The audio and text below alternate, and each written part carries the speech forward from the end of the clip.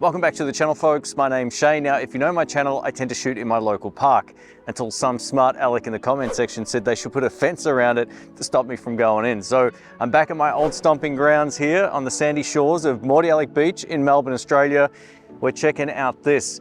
This is the Panasonic Lumix 42.5mm f1.7 prime for Micro Four Thirds. I picked this up for an absolute steal on the secondhand market. It was 199 Australian dollars. That might sound like a lot if you live overseas, but here this lens would retail close to 400 bucks. So I got a really great deal. Now, if you're unfamiliar with Micro Four Thirds, there's a 2x crop factor, which takes this 42.5mm lens and turns it into the classic 85mm field of view. So this is great if you want to do any type of portrait work or a seated interview where you want to capture a really great headshot. The f1.7 still translates over to f1.7 in terms of light gathering, but we get the shallow depth of field look at about 3.4 full frame equivalent. So it's still plenty blurry, especially at a focal length of 42.5 or that 85mm equivalent. All of the sample footage you're about to see was shot using the Panasonic GH6 in the natural picture profile, unless otherwise stated differently on screen. So this is a really great combination, whether you're shooting videos or photos.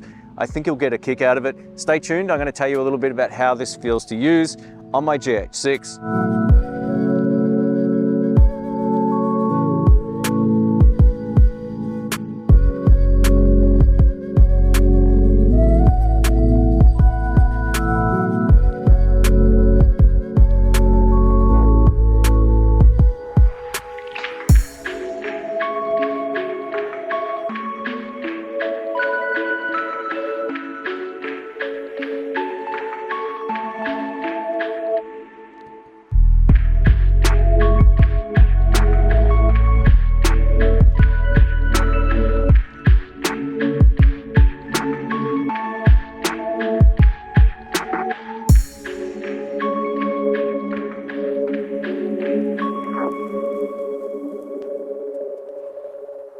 This 42.5mm f1.7 is extremely sharp, but not in a bad way. I think the footage looks stunning, even compared with my Sony FX30 with a much more expensive lens. So I would have no problems recommending this if you're looking for a sharp prime with this focal length. One of the pleasant surprises with this lens was its minimum focusing distance. You can get right up close. It must have a good magnification because while it's listed at 31 centimeters or 12.2 inches, it feels shorter. I would have no problems recommending this lens, not only for portrait work, but also if you're doing product shots. Now let's talk about handling. One of the things I really appreciated about this lens was being able to get that traditional 85mm field of view without the 85mm size. Take a look at the difference between the L mount lens and this Micro Four Thirds lens. This is where Micro Four Thirds really shines when it comes to just keeping the overall form factor down. You can get lots of great fast small primes for the system, and this one is no exception. This lens only features a focus ring. There's no aperture ring, there's no buttons, it's dirt simple. Simply click it on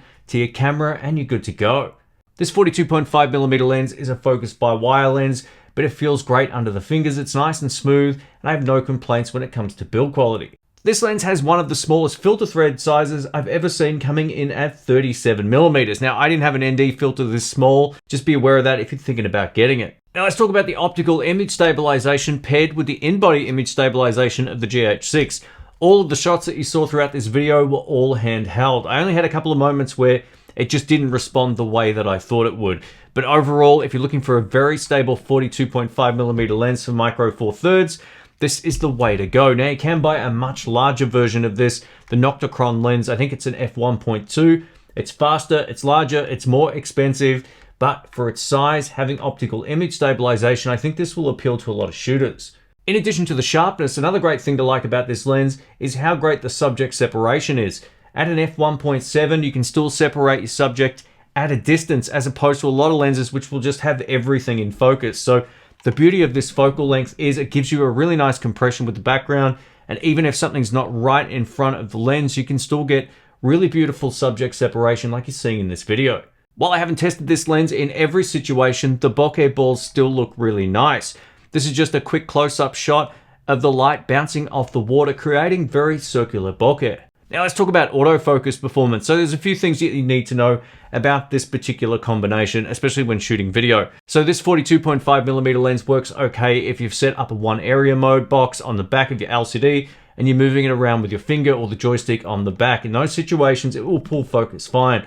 Where it did struggle was with a moving subject. So as you can see from these autofocus tests, there's a few times where it's a little sluggish, some times where it catches up, other times where it completely fails, and everything in between. So for faster moving subjects, I'd probably give this one a miss. Overall, in terms of being behind the camera, I could make it work, and I don't think there'll be too many complaints unless you're pulling massive focus pulls from minimum to infinity focus. While optically this lens is nice and sharp, it does have quite a lot of focus breathing, as you can see from the example on screen. This is where the edge of frame will move in and out when you're pulling focus from minimum to infinity focus. If you're shooting video in a similar way to me, this won't be a problem. Same goes if you're just shooting photos. Now I'm going to talk about why I purchased this lens. So the price that I got it for used, I'm really impressed. It holds up very well against far more expensive lenses like this 85mm f1.8. Now this full frame lens for the Panasonic S5 Mark II will blow out the background far more, but I didn't want to go ahead and spend the same sort of money on another one of these, being that they're quite expensive. So I can get almost similar results with this. As long as I lock it off to manual focus, I'm going to get great results. Now you also have an advantage with Micro Four Thirds. I mean, not only the size, but you'll get a little bit more in focus, which saves you from having to stop down, but you're still getting f1.7 light. So with manual focus, when you lock it off, if the subject moves back and forwards like this a little bit, everything's still going to be in focus. This is one of the huge benefits. At the end of the day, you can pick these up used for an absolute steal, and that's how I recommend buying one. If you want to check them out, I'll link to the best site down in the description box below. Thanks again for watching. Catch you soon. See ya.